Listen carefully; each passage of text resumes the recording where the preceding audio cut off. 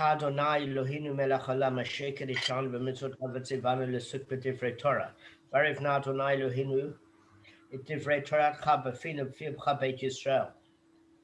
ונהיה אנחנו וצאצאינו וצאצאיך בית ישראל, כולנו יודע שמך ולומדי תורתך לשמה. ברוך אתה אדוני המלמד תורה לעמו ישראל. אמן. ברוך אתה אדוני אלוהינו מלך העולם אשר ברך בנו מכל עמים ונתן לנו את תורתו. ברוך אתה נותן התורה. Amen. Okay, unfortunately today we've got quite a few dedications, and when I say unfortunate, it's always fortunate that we're learning for people, but always unfortunate that there's very little we can do, because I always feel, at least when we're davening for people that have sick, that can make a refuah, but we've got to bear in mind here that at least we daven to be able to, elevate people's neshama with our learning, our fellow Jews. So there are two particular cases and three people today. So I just want to mention the one, and then Michael will mention the other, and then tomorrow we will do refuah for those that have obviously sick. I don't want to do it on the same shiur as when some good people have passed on. So the first dedication is to Stephen, whose late father, Isaac Jack Herr, who is Yitzchak ben Tzvi, who passed away on the 12th of Kislev, and that was obviously on the previous Shabbos. Not last Shabbos, the Shabbos before. And Stephen pops into the shiur every now and again. But I must tell you something, I've never seen somebody that has done Kaddish for their parents, learning for their parents like Stephen has. And even while his parents were alive, the type of care that he did for both of them was absolutely phenomenal. Yeah. So Stephen, Yeah, I incredible. agree. Keep it over aim. Yeah, absolutely. He's never seen anything like it, Michael. So Michael, obviously, Michael's ex-wife Lisa lost both her brother and her father on this Hebrew date, and we're going to dedicate. Yeah, it wasn't on the same day. It wasn't the same day, but it wasn't the same day, but it was. I'll tell you the story now. Which you want to tell me? Okay, so this must have been about 39 years ago already.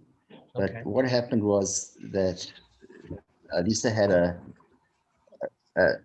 brother, a late brother, who was 8 months, and he drowned. There's a very tragic drowning. And unfortunately, what happened was her father got cancer straight afterwards. He was 36 years old, and he died 1 year later on the same date as the baby boy.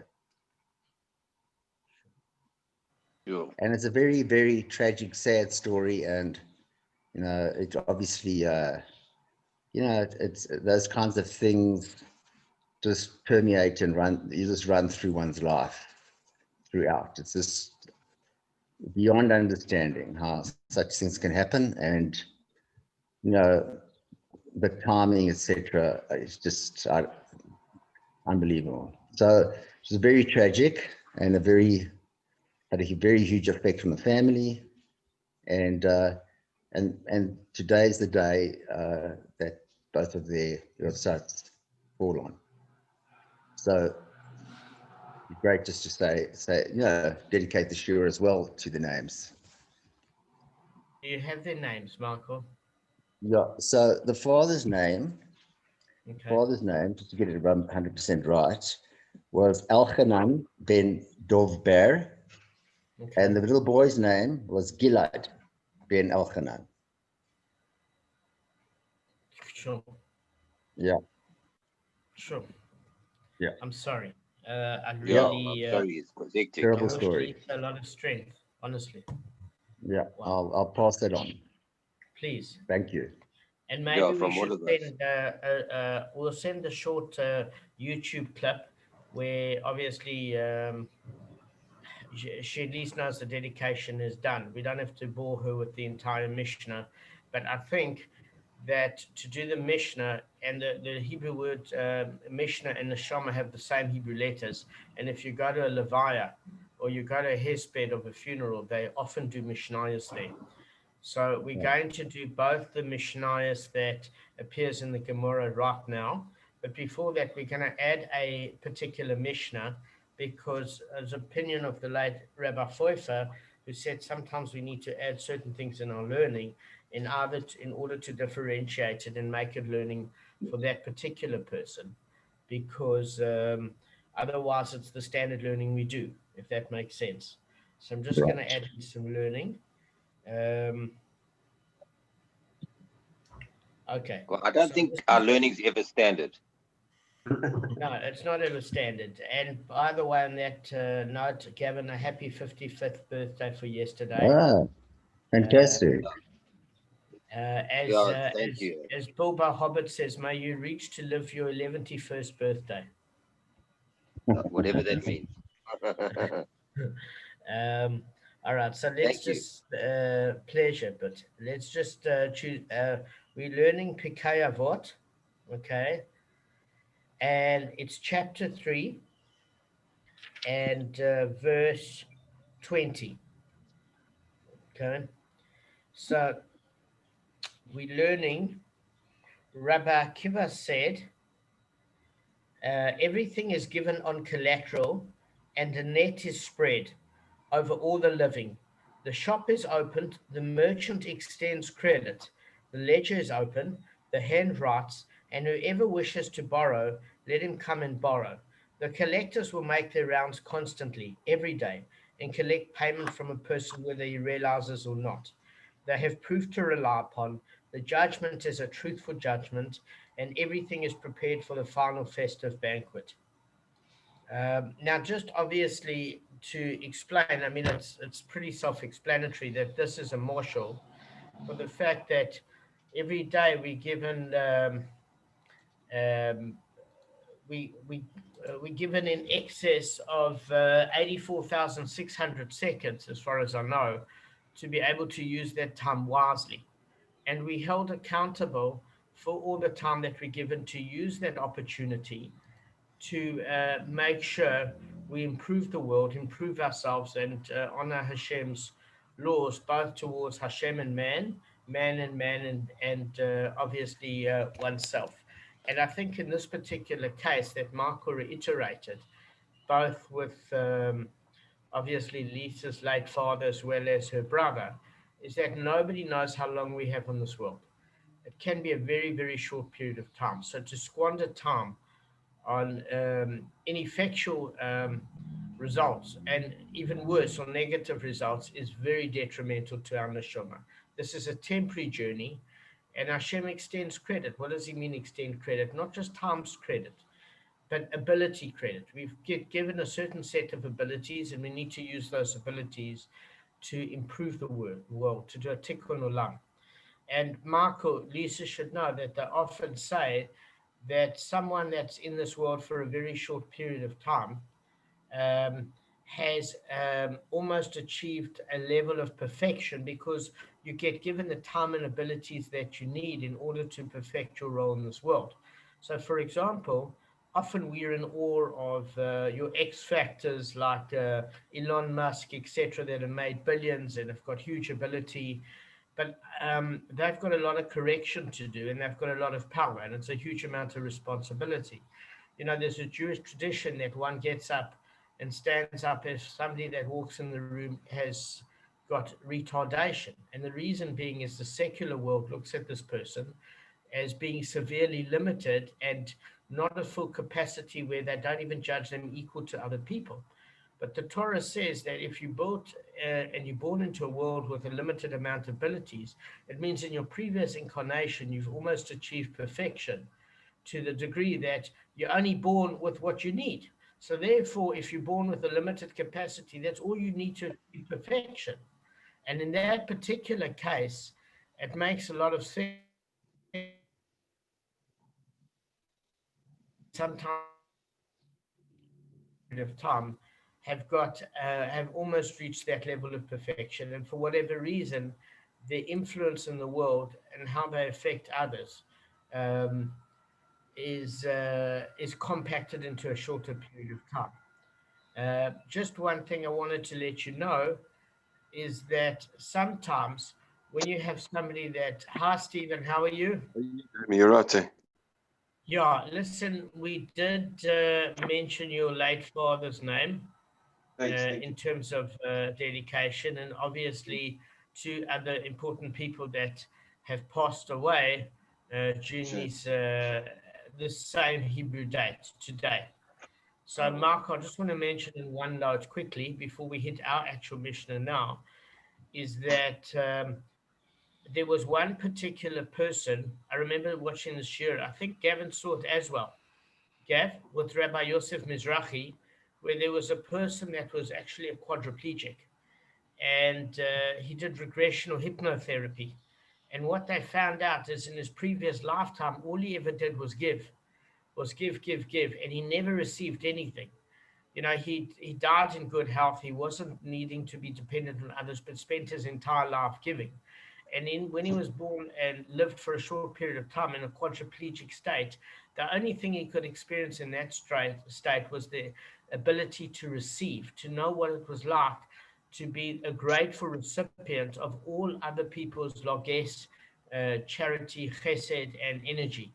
And as a giver, he didn't realize the impact that he had. And being vulnerable and being receiving that sort of kindness, he was in a position to experience firsthand what it was like. There's even psychiatrists like Brian Weiss that do regressional hypnotherapy, where people get an insight into previous lifetimes and experiences at completely different roles. So I just thought I'd mention that, Marco. It's something I hope you can share with Lisa. We're going to do this mission Thanks, now. I'm sure she'll appreciate it. Thanks, Darren. All right, we're going to share the screen, and obviously because I would just like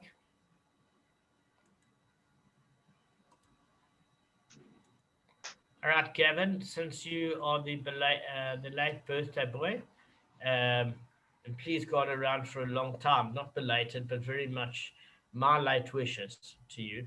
Just read the Mishnah for today's dedication of Jews, very important Jews that have passed away. This Give me a second. particular yeah, this is the Mishnah we're doing now. Okay, got it. Okay. The Mishnah now proceeds to explain the case of Moad ox mentioned in Mishnah on 15b, sorry. Which animal is Tam and which is Moad? If any animal that they have testified about what it has done on 3 separate days, and it reverts to being a Tam when it desists from such behavior on 3 separate days. These are the words of R. Yehuda. Armiya says, a muad is an animal that they have testified about what it has done 3 times, and it reverts to being a tam any time that children poke it between the horns, and it does not gore. Damon? Yes, that's correct. Okay, so Please this take it is from there. this is a Mishnah in Bava Kamma, which is the laws of damages on 23b3, and what we're going to discuss now is a case of, and I just want to have that Mishnah actual up, what the Mishnah is talking about. So we've learned up until now in Bava Kamma what makes an animal go from the process of tam, a tame animal, to a muad animal, which means an habitual gorer. The word muad actually means forewarned. So these are animals whose owner has been forewarned of the damage that the animal has done, and it has done this multiple times. So now the standard behavior of the animal is muad, compared to a tame animal. And what we are discussing here is not how a tame animal becomes muad, which is a habitual gorer, but rather how to get an animal that's muad to be revert back to the status of being a tame animal. Now, I think we had this question all the way along Bava Kamma, is how do we not almost sell and get rid of an animal that has been a habitual gorer when we can see it's almost having a pattern of being a damaging animal? And the reality is, if the animal does change its behavior, we give the owner another chance not to obviously have heavy financial penalties and lose as a result. So basically, we've got a difference of opinion between Rav Yehuda and Rabbi Meir. So as far as Rabbi Yehuda is concerned, that a muad is any animal that they've testified about which it is done on 3 separate days. In other words, if it creates destructive behavior on 3 separate days, at that stage it reverts from being a tam to muad, and it reverts back to being a tame animal when it desists from such behavior on 3 days, meaning the exact pattern which caused the damage, and Rav Yehuda works it on the number of days, that has to show a pattern of calming down and returning to docile behavior at exactly the same method that caused it. Rabbi Meir is of a different opinion. A muad is an animal that they've testified about what has done it 3 times. So Rabbi Meir doesn't go on days, he goes on times. And it reverts to being tam any time that children poke it between the horns and it does not go. So what it's actually saying there is that if the animal has been provoked by children and the animal doesn't go, it reverts back to being a tam. Okay, so we're going to analyze this particular Gemara and then go from there. If you look at it literally, you're taking a child and putting it and letting it poke an animal, which is a hell of a dangerous thing to do. It doesn't sound like that's the way to work out if an animal's tam or not. Okay, so firstly, nobody is sticking children in the way to test oxen.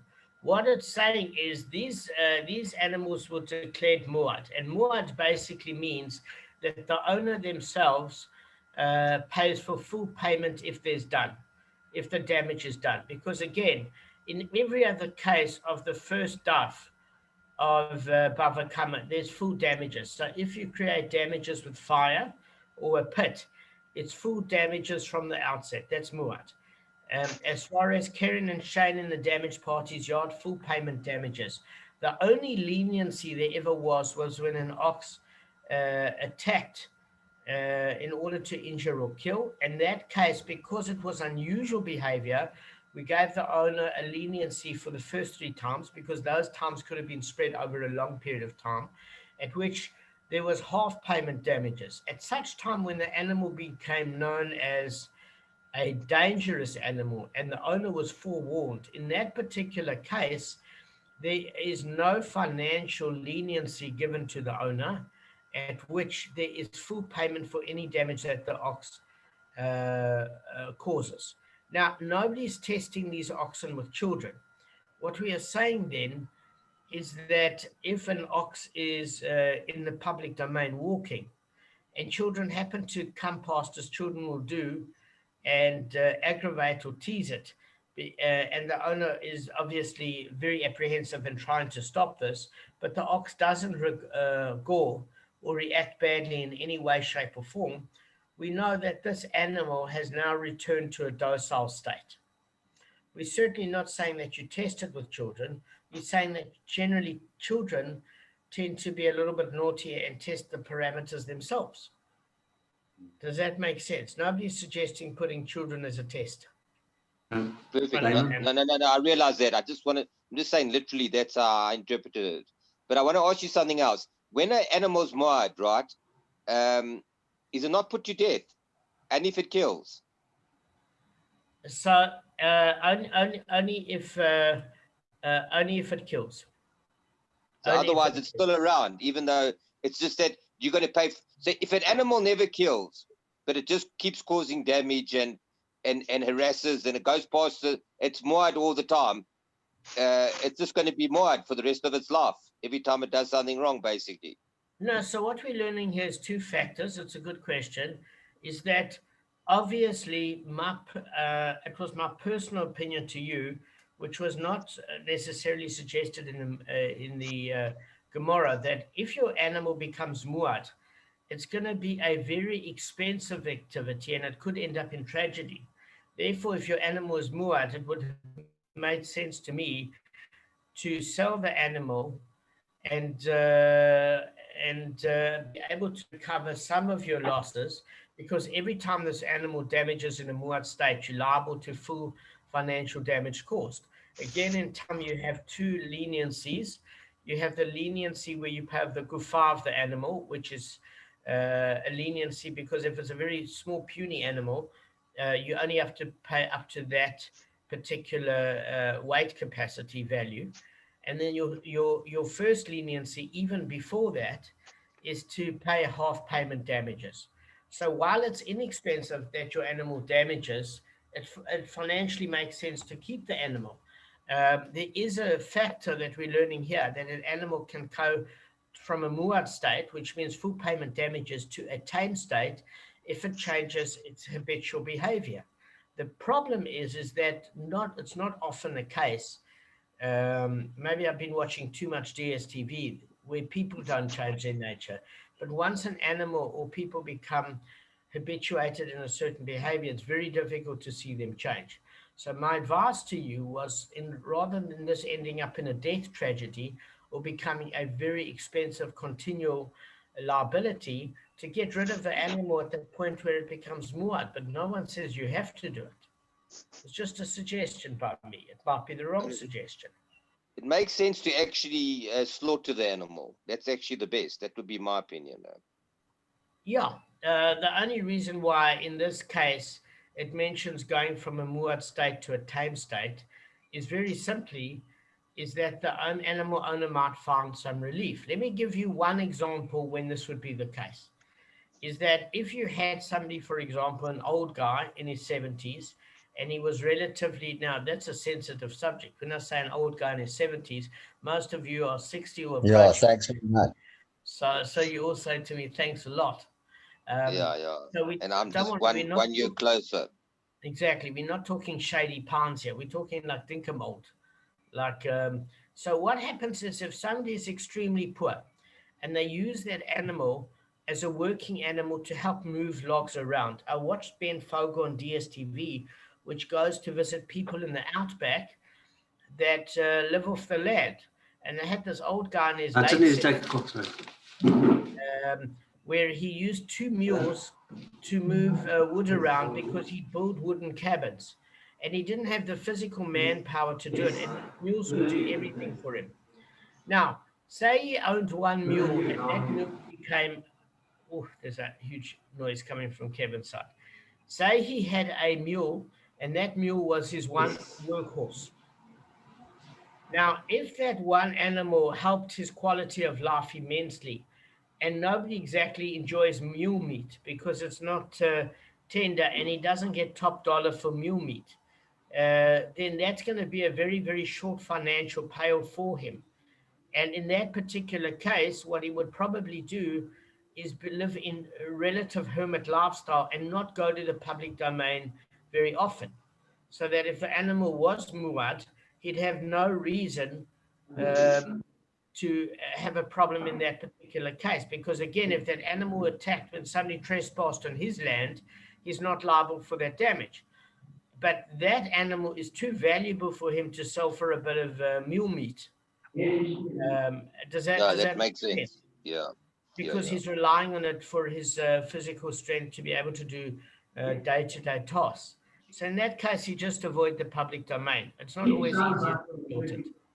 All right, I'm hearing a lot of background from Kevin's side, so I'm just muting it a sec. Yeah, and if you can.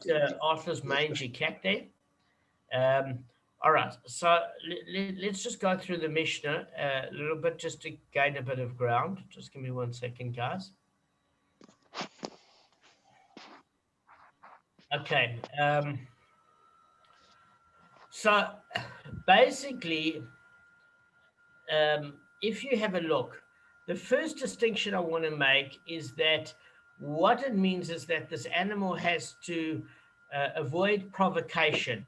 In other words, if another animal provokes it, to go, and it generally goes other oxen. And it doesn't do it as it's done on previous occasions. We can see that the nature has changed. That's according to Rashi. But what we can't see according to Rashi is Rashi doesn't necessarily agree with this understanding of Rav Meir. Because Rav Meir has got two different statements. It says a muad is an animal that has testified about what it has done 3 times. Okay, and it reverts to being a tam any time that children poke it between the horns and it does not go. So it seems to be that the status to get it to muad is only is 3 times at which it becomes a forewarned animal, but it needs to revert only 1 time in order to become a tame animal. So it would seem initially that the process to take away that sort of restrictive full payment ban only need occur after 1 occurrence. Whereas obviously Rav Yehuda maintains that it has to be 3 separate days. But Rav Meir does acknowledge that it becomes muad if it has done the activity 3 times. But I'll tell you what Rashi's objection is to it. Kevin, are you with me? Kevin? Just guys, unmute yourself. Yeah. Well, I'm with you. Okay. Kevin, are you with us now? I can't hear. Guys, unmute yourself. He doesn't know he's on mute. Can you hear me now? Sorry. Yeah, I had to take that call, Damon. Sorry. No problem. Just one question I had. I wanted to ask the question. Gavin was got in first. What the 3-day period? Is that was that scientifically proven, or was that just a bit? Where did they get the 3-day period from? Where the status changes? Okay, it's an excellent question. We're going to go through the halachic basis that they're gonna use the sourcing of the term of a zav and a zava. Yes. So I'll explain to you what a zav and a zava is. What a zav and a zava is are people that have a changed status from purity to impurity based on discharges from obviously your genitalia. So, for example, a zava is a woman who discharges uterine blood during the 11 days following her 7-day nida period of normal menstruation. Okay, so you've got your 7-day period of normal menstruation, and then afterwards, what would happen is if she was clean, she'd go to the mikveh and be tahor. She'd be pure after observing only one pure day, 1 clean day, without any discharge of blood. Okay. But if during the 11 days following her 7-day nida period, she discharges uterine blood, we have to observe how often that blood occurs. So if obviously it's she observes 1 clean day without any discharge of blood, she becomes tahor. And we're going to learn the halachas as far as that's concerned.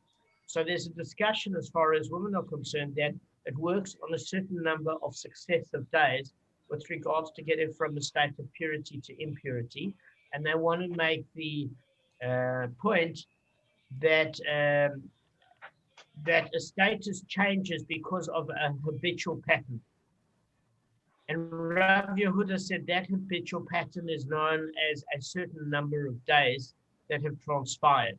Whereas Rabbi Meir uses the example of for zav.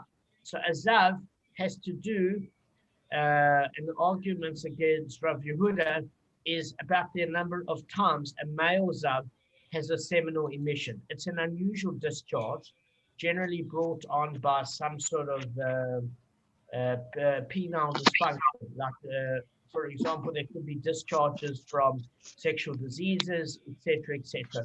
It's not a normal seminal discharge. Apparently, it's mixed in with some yellow liquid. So all is not right down there. You can believe me. So if that has to happen, it works on the number of discharges with a male and with a female on the number of days.